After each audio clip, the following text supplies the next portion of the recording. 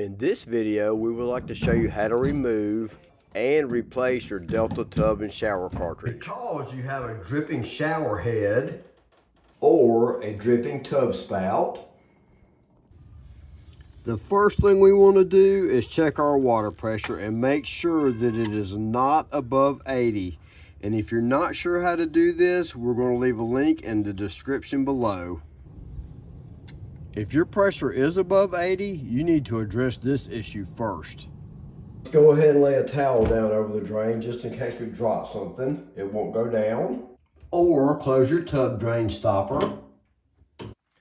Now, with all that out of the way, the next thing you want to do is remove your handle so you can determine which cartridge you have. And as you see, if you have a lever handle, you'll find an Allen screw in this hole. Just unscrew it and the handle will pull straight off. And I do want to mention, be very careful if the Allen screw is a little sticky, not to strip it, because you'll have an entirely different set of problems.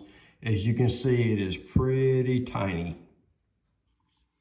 So if you have an acrylic handle, you're going to get a knife and pop the indicator button out.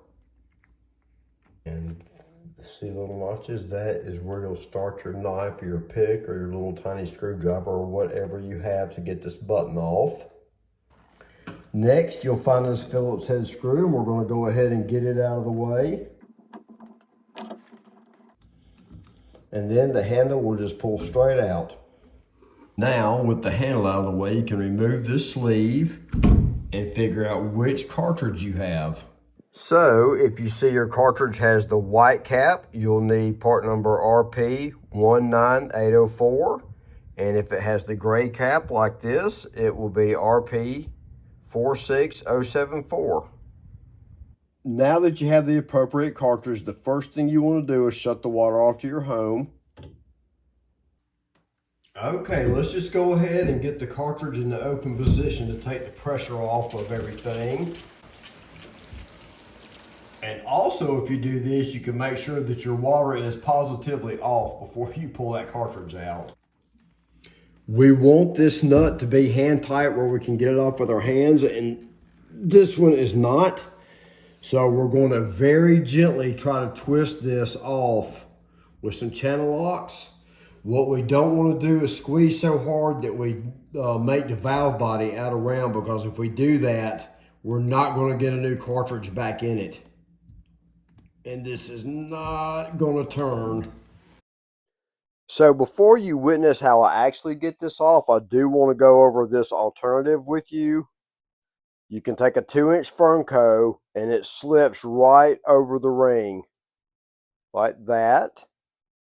You do want the metal band directly over the retaining ring, and you'll just tighten that up. And of course, the other side will be attached to a piece of 2-inch PVC where you can get a grip on it, and you'll just spin it off. For me personally, there are a couple of great reasons I don't do it this way, so we're going to talk about those just really quick. Okay, this is going to be the first example of why I don't normally like to go with the Fernco method. These 3 little tubes that you're going to see back behind the valve body are very weak. You don't have to twist very hard to create a point of failure back there, and that can happen in a variety of ways. Okay, now let's talk about what can happen on the next generation of valves back behind the wall. These valves had threaded ports, and lots of times there's some type of plastic adapter screwed in there like that. And that is a definite weak spot. If you put a lot of torque or stress on that fitting, it will definitely crack, and then you're going to have to open up the wall and repair that. And I want you to watch how much that pipe moves when I try to twist on that. I guess my main point is you really don't know what's going on inside the wall that the valve body, the pipe and the fittings is attached to, and there could be a weak spot back there. The one real advantage to doing this way is once you get it off, you will have the ring fully intact, and you're going to see me saw mine off. And unfortunately, if you have to do that, you will definitely have to have a new ring before you can get your project completed. Okay, now that we know that nut is not going to come off easily, we're going to go ahead and make sure that we have a replacement ring, the bonnet nut, because I'm actually going to saw this off and split it. And here's the part number, RP22734. You'll have to call Delta to get this. And needless to say, you need to have all these pieces in hand before you start doing anything. Okay, we're going to be very careful here, and we're going to talk about more about this in just a minute.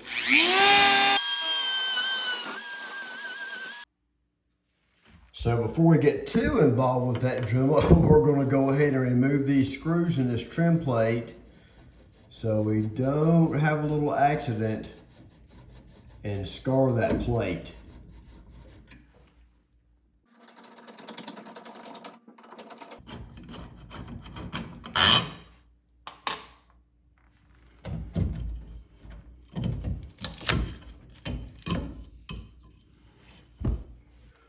Okay, we're going to proceed with extreme caution because what we do not want to do is go through that bonnet nut and get into the threads of the valve body itself.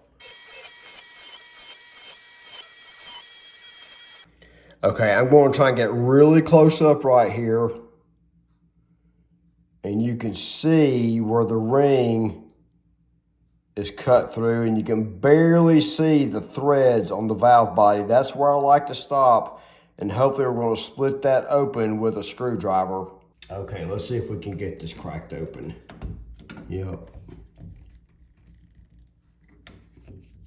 I'm just going to work that open.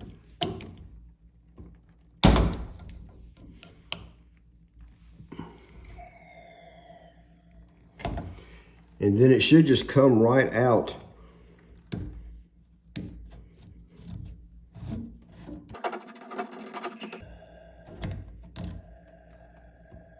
You can see right there, I did go a little deep in the valve body. We should still be able to get the retaining nut on there though and have it hold water. Okay, lots of times to get these old cartridges out, you have to wiggle them up and down and back and forth and pull on them at the same time.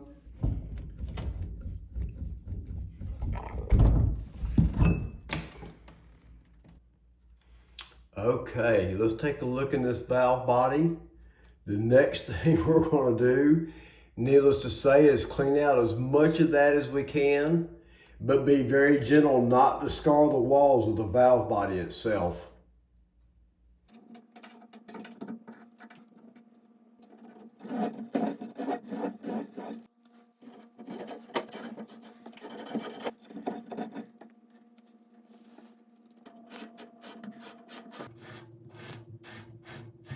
So I'm going to run downstairs and crack open the main valve and kind of blow some of that stuff out of there. So let's see what comes out of it. Okay, we're going to go ahead and get all the little last bit of debris out of here and get these walls and ports super clean before we put our new cartridge back in. Okay, before I put the cartridge in, I do like to brush up these outside threads also and get any kind of mineral buildup and corrosion off of there for the new ring.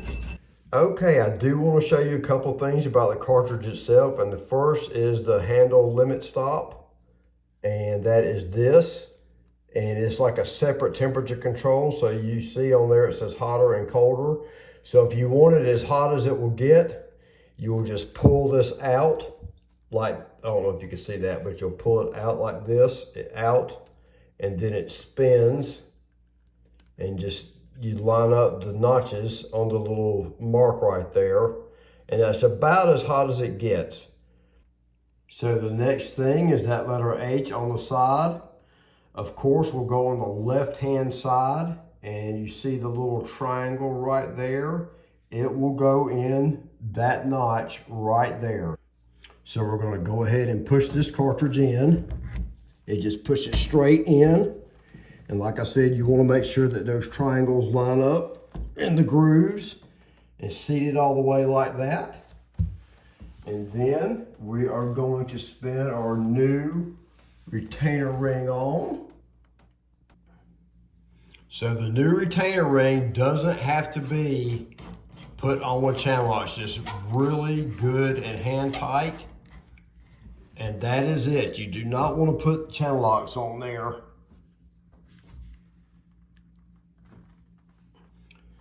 Then, before I put the trim on, I always put the handle up there and make sure it's in the off position. And we're going to go ahead and turn the water on where we can see back in there really well to make sure there's no leaks. Of course, this is a great opportunity to do some gentle cleaning back in there since everything's off. So we're going to go ahead and get that done.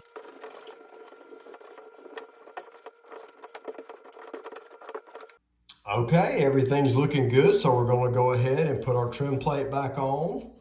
And sometimes these screws are a little hard to catch the holes back there in the back bracket, back in the wall. So you might have to be a little patient with that. And one little tip is if you can make sure that that Delta logo is straight up, that will help you when it comes time to try to get those screws into the right hole.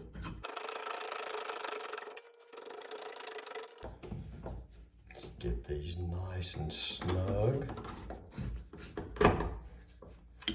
Pull our O-ring back here before we put our sleeve on. And then we're going to put our sleeve back on. Push it home. Okay, we're going to put our handle back on. And we're going to tighten our Allen screw back in there. And that is all there is to it. You might want to open it up and check to make sure that hot is on the hot side. Oh yeah, nice and hot. And of course, when you turn it off, there is no more dripping.